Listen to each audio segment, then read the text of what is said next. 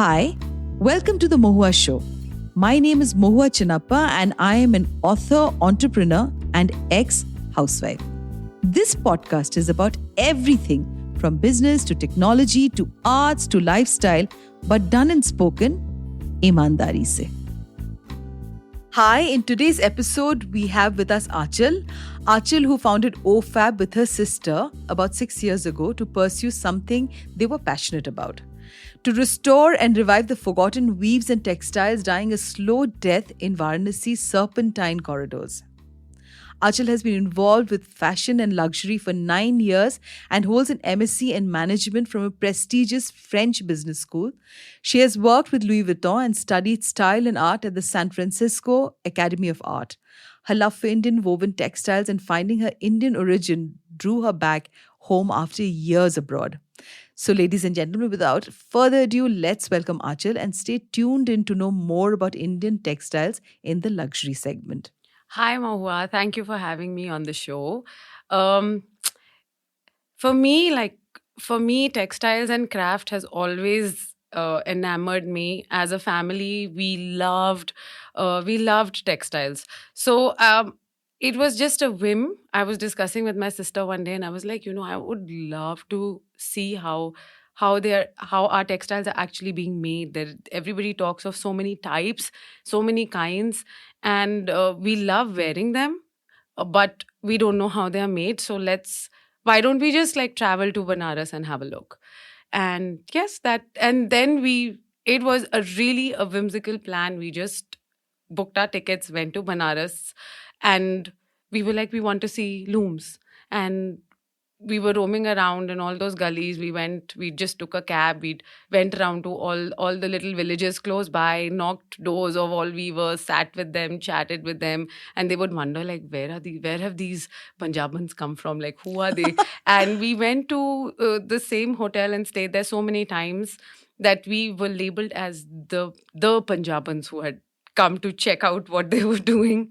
So, when you talk about the fact that you went into Banaras and you went to the looms and you went to the weavers, but, we've done so many podcasts and I've spoken to friends who are in the design fraternity and they say it's very difficult to explain to weavers the need to deliver things on time, to do stuff based on that time frame. So, have you faced these sort of challenges and is there any truth in this? Yes, there is a lot of truth in this, but I would compare them to artists.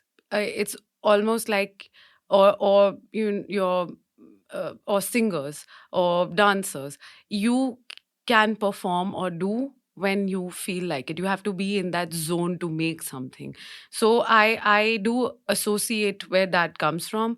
Many times, a lot of the delays come from weather conditions. And they really take their time to make pieces. I also feel that they are in a little bubble, where they live. They don't know what's happening around in cities. That the pace of their life and the pace of your life is very, very different. So for them to understand why we need things fast or on time is impossible. We do try to explain. There are a few who understand, and they are the ones who want to grow big. They want to earn, they want to experiment. But there are those who are very content in the kind of lives they live, because they've not seen anything outside. So yes, there is that is a challenge, but then there is a beauty also to it, because that's handmade, right? Like it's a part of the process. तो आंचल whenever we look back, हमें style, fashion, love for Indian clothing, textiles comes from a small space. So who do you think would have influenced you? Was it like this for, your grandmother, your mother, or were you really on your own where you decided to find textiles? I mean, when I look back at my own self, I've been very influenced with the way my mother used to dress up, when she was young. Of course, now she's older and she doesn't take as much care as she used to do in the earlier days. But I still remember गर्मियों के मौसम में हमेशा वो cotton Bengali तंगाइल saris पहनती थी और सर्दियों में वो सिल्क साड़ीज होती थी. And that's where my sensibilities really kind of caught on with me as I grew older. So what about you? For me, it was the family in general. I felt my father has an amazing sense of style. Mom is beautiful and graceful, and she loved her saris. Nani and Dadi, of course, like they've dressed up so elegantly, and that has always stayed in my mind. My nana used to was in All India Radio, so he used to travel. His job took him to multiple places, and mom always used to talk about, oh, you know what, we bought this, nani bought this for us when they were transferred here, or they bought this here when they were in Srinagar. So there was always conversation of art and textile of places they have been to. It was always a family tradition. Everywhere we traveled, we had to buy something local of that area. So it's something so. I think it's the whole family that used to talk about it. And of course, when you read old books and you see our heritage, oh my God, like we are so lucky to have what we have. So it's so interesting that, you've picked up the word heritage. So, Sabyasachi is known as the man in the world of fashion, right? For the way he's really looked into Indian arts and crafts and the heritage. And of course, there was a little bit of there was a lot of people who also spoke about his H&M collection. How has any of these big designers influenced your style, or has there been any influence with OhFab from some of the other bigger designers? So I think all Indian designers are 100% influenced by the art that India has. Our clothing, textiles of Indian origin and culture, it dates back to so many thousands years ago, right? But there are so many other brands which are doing beautiful work in terms of construction, styling, design, tailoring, growing your business and marketing. So it's yes, there's Sabya, of course, but there's so many other brands on a global level which who are amazing. But I feel like all Indian brands, they all are inspired by India, and so are we. It's it's just amazing, and it's boundless. So that's amazing. So, you just now spoke about marketing. So, do you think you need film stars to endorse your brand, or else it gets difficult to be found, in the clutter of so many designers all around? I feel your sensibilities, your brand sensibilities and outfits should be worn by people who connect with that sensibility. That's when it's ideal. If it doesn't, then it's going to fall apart over time, right? I do feel that you need people, and there are so many more, all thanks to Instagram, who have come up. The point is to connect with that personality, with that celebrity, the kind of followers that celebrity has, versus just film stars. And I do really thank Instagram for bringing up so many people who connect with the kind of clothing we make. So, how often does a designer get requests, from celebrities or influencers for free clothing? So we've heard that, there are a lot of requests. And have you ever faced those, and how do you manage these sort of challenges? Lots of times. It's somebody who's asking your product for free is really not the right fit, because if they understood your work and they liked your textile, the exchange would be very different. So we know at that time that it's really not okay. Who would you dress in the world of art and cinema, and why would you dress somebody if you were to do fab on them and make them look fab? I wish I could dress up Gayatri Devi. Like, oh, that would have been like my dream star moment. But um, I would love to dress up somebody like Jacinda. She is a revolution. So yeah, women who are so strong and powerful, and they think for others. They bring about a change. I would love to dress up people like her. So it's I would like you to be very candid. We've heard that in the design fraternity there's a certain sort of a cliquey kind of an um, environment. Is it true? And do you ever feel probably not part of that entire clique? And how has that affected your work? So yes, I do feel that it is a fraternity. I'm not from a design school. It hence I did not have access to a lot of information that normally design schools would give. I do feel that that exists, um, and I also sincerely feel that art and textile are things that are expressions of individual expressions of people. No two pieces are ever going to be alike. Your audiences are not the same.